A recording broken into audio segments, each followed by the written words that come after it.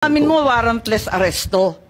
Kasi yung Article 125 ng RPC does not apply kung may warrant. So inaamin mo walang warrant. At the many stages, ma'am, all the many other, Hindi, among other make up your laws. mind, General Torre.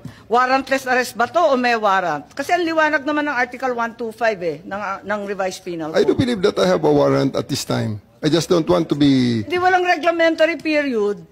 Mamili ka.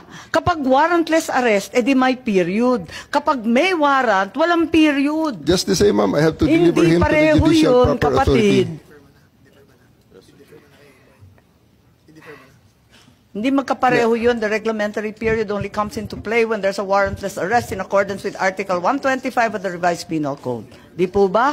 And I'm being cautioned by the DOJ, ma'am, that it may be sub judice already to discuss that because of the habeas corpus pending in the Supreme Court, ma'am. Pati ba naman ang Revised Penal Code, naging executive session? Pambihirang buhay ito. Dumating na po ang bagong Pilipinas. Napakapangit ng ugali mo.